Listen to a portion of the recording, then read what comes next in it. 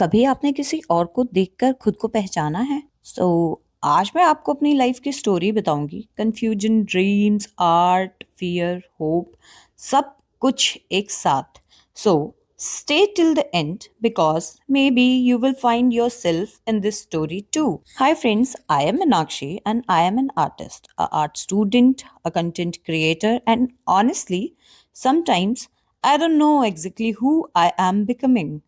आज जो पेंटिंग आप देख रहे हैं ये मेरी कैट फीफी की पेंटिंग है। इसलिए गार्डन है, वो उसमें मस्ती कर रही है और एकदम सन बाथ लेती हुई दिखाई देगी आपको एट द एंड, बिल्कुल फ्री और एकदम काम। और जब मैं इसमें मतलब पेंट कर रही थी, मुझे ऐसा फील हो रहा है कि ये फीफी नहीं है, ये तो मैं हूँ।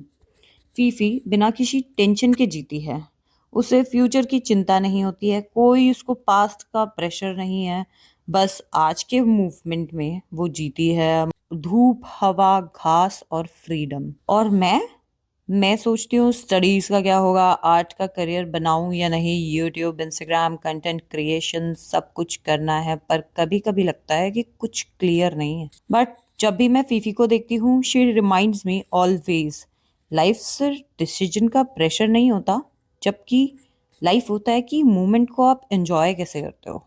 क्योंकि आपको पता है कि आपको प्रेशर है तो आप डिसीजंस लोगे और फ्यूचर की टेंशन रहती है और बहुत सारी चीजें कंफ्यूजन रहती है, बट स्टिल आप आज कैसे जी रहे हो वो ज्यादा मैटर करता है। लोग कहते हैं focus on one thing.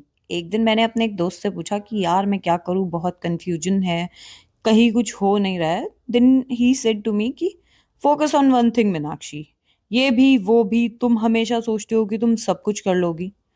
But मैं उसकी बात से बिल्कुल एग्री नहीं करती हूँ, क्योंकि भाई कभी कभी लोग मेरे जैसे होते हैं जिनको बहुत सारी अलग अलग चीजें करने का शौक होता है।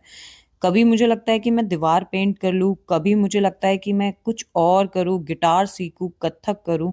बहुत सारी चीजें मेरे दिमाग में चलती रहती हैं और मैं एग्जीक्यूट भी कर लेती हूँ, बट थोड़ा थोड़ा मैनेज करना बहुत मुश्किल होता है।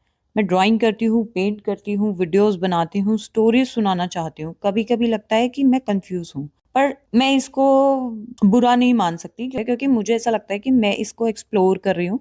और एक्सप्लोर करना कोई गलत बात नहीं होती है, इससे आपकी लाइफ में ग्रोथ ही हो रही होती है। आई थिंक कि एक्सप्लोरेशन ज़्यादा बेटर है बजाय बैठे रहने के। जब भी मैं पेंट करती हूँ, मैं क्वेश्चन से दूर चले जाती हूँ, एकदम ब्रश चलाती हूँ, कलर्स मिक्स होते हैं, दिमाग एकदम शांत रहता है। और आर्ट मुझे आंसर नहीं देता, पर स्ट्रेंथ देता है आंसर ढूंढने की।